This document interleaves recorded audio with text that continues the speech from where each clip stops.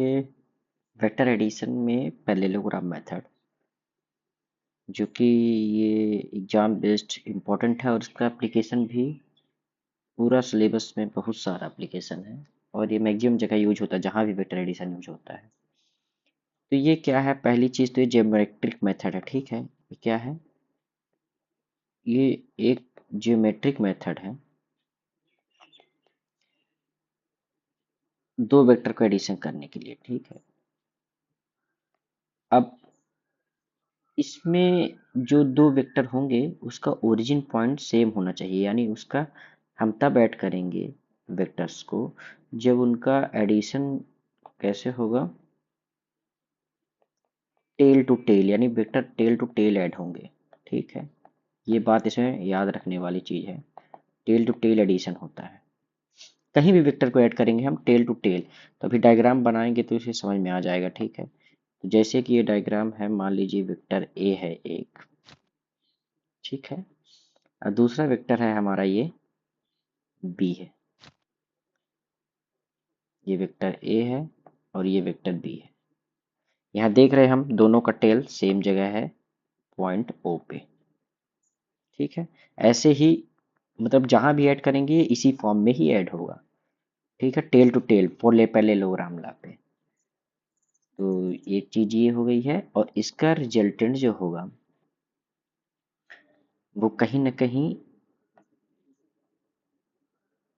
ये, इसको पहले तो हम पैरेललोग्राम कंप्लीट कर लेते हैं। ठीक है, इन दो वेक्टर को पैरेललोग्राम कंप्लीट करने के लिए ये बी के पैरेलल एक लाइन आएगी जो कि इक्वल होगी और ये ए के पैरेलल लाइन आएगी। अब देखिए ये आपका पैरेललोग्राम बन गया है। ठीक है, और यहाँ पर अगर हम देखेंगे ये जो इसका डायगोनल होगा ये रिजल्टेंट कहलाएगा। इस पैरेललोग्राम का जो डायगोनल होगा वो है इस दोनों वेक्टर का रिजल्टेंट आर से डिनोट करते हैं।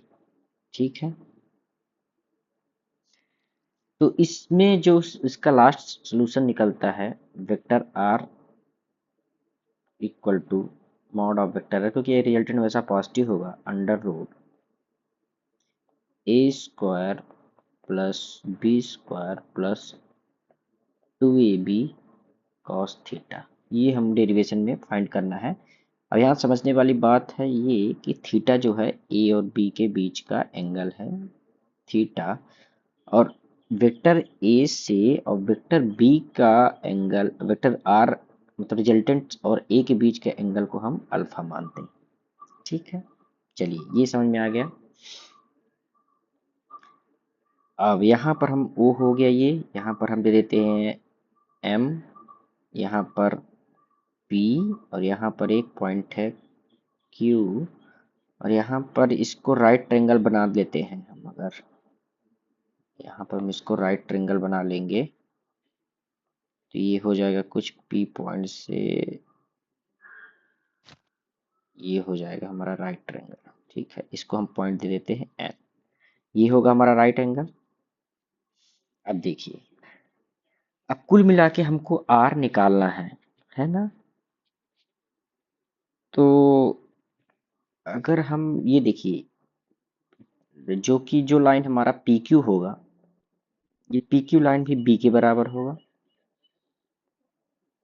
ठीक है, क्योंकि हमने सेम इक्वल मैग्नीट्यूड और इक्वल डायरेक्शन का बनाया है। तो ट्रायंगल अभी देखते हैं हम, इन ट्रायंगल देखिए ध्यान से, पी क्यू एन में, पी क्यू एन में अगर हम देखेंगे कि जो ये भी यहाँ पे थीटा होगा, है ना, पैरेलल थी, थीटा होगा। चलिए अब पी क्यू एन में अगर हम कॉस थीटा देखेंगे तो क्या होगा, बेस यानी क्यू एन अपॉन ये क्या होगा, हाइपोटेनस यानी वेक्टर बी, पी क्यू कर देते हैं तो कॉस थीटा क्या होगा, क्यू एन की वैल्यू क्या होगी, क्यू एन लिख देते हैं, और पी क्यू की वैल्यू वेक्टर बी। अब अगर ये वेक्टर बी है तो बी की वैल्यू क्या होगी, sorry, Q N equal to क्या हो जाएगा, देखिए क्यू एन इक्वल टू क्या हो जाएगा, बी कॉस थीटा। ठीक है, तो क्यू एन की जगह हम क्या लिख देते हैं नीचे, बी कॉस थीटा हो गया। ठीक है, तो उसी तरह क्या हो जाएगा, पी एन अगर निकालेंगे तो ये हो जाएगा बी साइन थीटा। ठीक है, तो ये भी हो जाएगा बी साइन थीटा।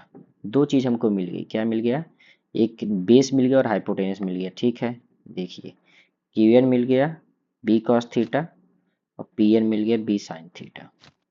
अब देखिए ध्यान से देखेंगे, अब इन ट्रायंगल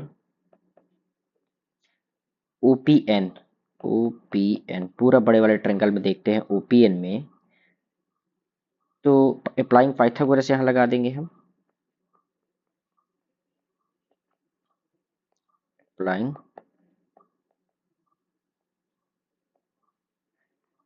तो क्या देखिए ओपीएन में देखिए आर स्क्वायर क्या हो जाएगा, ओ एन स्क्वायर प्लस ये हो गया बेस और हाइपोटेनस में क्या है पी एन स्क्वायर, और ओ एन की वैल्यू क्या हो जाएगी, देखिए ओ एन हो जाएगा वेक्टर ए और plus B cos theta, B cos theta हो गया ये। तो आर इक्वल टू अगर निकालेंगे यहाँ पर, आर की इक्वल टू तो क्या हो जाएगा ओ एन स्क्वायर यानी ए का स्क्वायर और प्लस पी एन यानी ए का O N O A square A plus, oh sorry ये यहाँ पर होगा ए प्लस, ये टोटल ए प्लस बी का, A plus B cos theta का स्क्वायर, ये हो गया बेस और प्लस हाई परपेंडिकुलर कितना बी साइन थीटा का होल स्क्वायर, है ना। तो R square equal to, so expand कर देंगे तो A square plus B square cos square theta plus two A B cos theta plus, इसको सॉल्व करेंगे अगले वाले को तो B square sine square theta.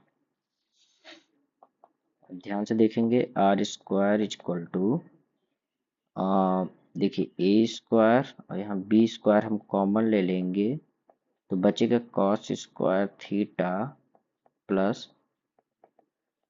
Sign square theta plus two A B cos theta.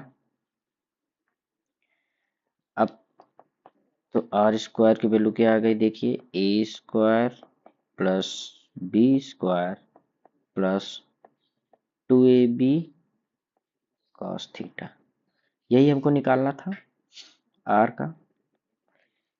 ये हो गया हमारा रिजल्टेंट, ये तो मैग्नीट्यूड हो गया रिजल्टेंट का। ठीक है, रिजल्टेंट का वैल्यू हो गई। अब देखते हैं हमको कि ये रिजल्टेंट कितना एंगल पे बन रहा है। अब तो डायरेक्शन ऑफ रिजल्टेंट देख लेते हैं।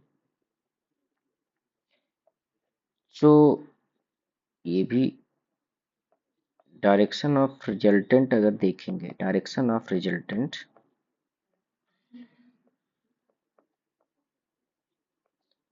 विथ वेक्टर ए से making alpha angle, alpha angle है ना, हमने डायग्राम पे बनाया है देखिए।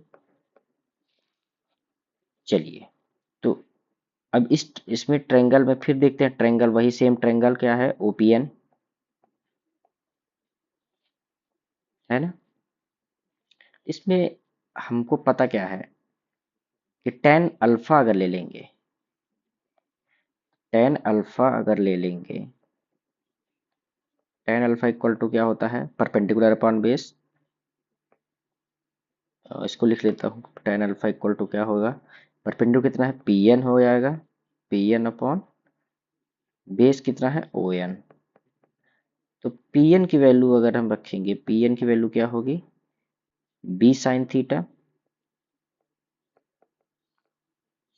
और ओ एन की वैल्यू क्या होगी ओ एन की वैल्यू क्या है, ओ एन यानी ओ एन हमने क्या लिखा था, ये देखिए ओ एन ने लिखा है ना ए प्लस बी कॉस थीटा, तो ए प्लस बी कॉस थीटा, ये हमारा टेन अल्फा।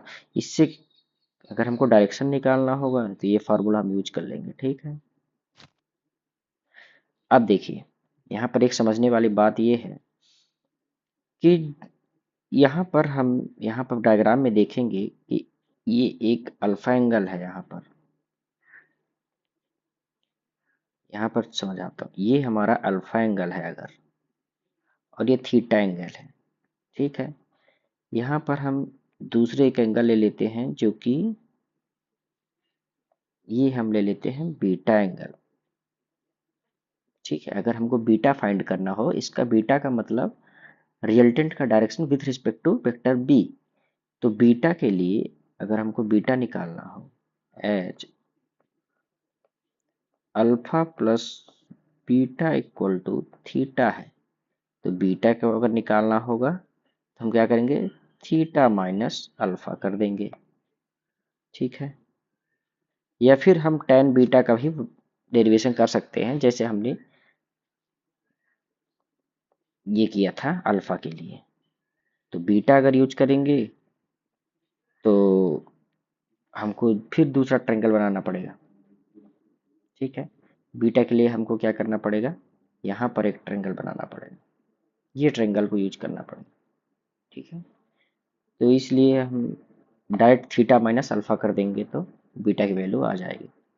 अभी हम इसके एक अगले वीडियो में क्वेश्चन कराते हैं, या फिर अभी क्वेश्चन कर, चलिए मिलते हैं। Thank you. Important parallelogram vector addition बहुत इंपॉर्टेंट है ये, ठीक है, इसलिए इसको कराना पड़ा। Thank you.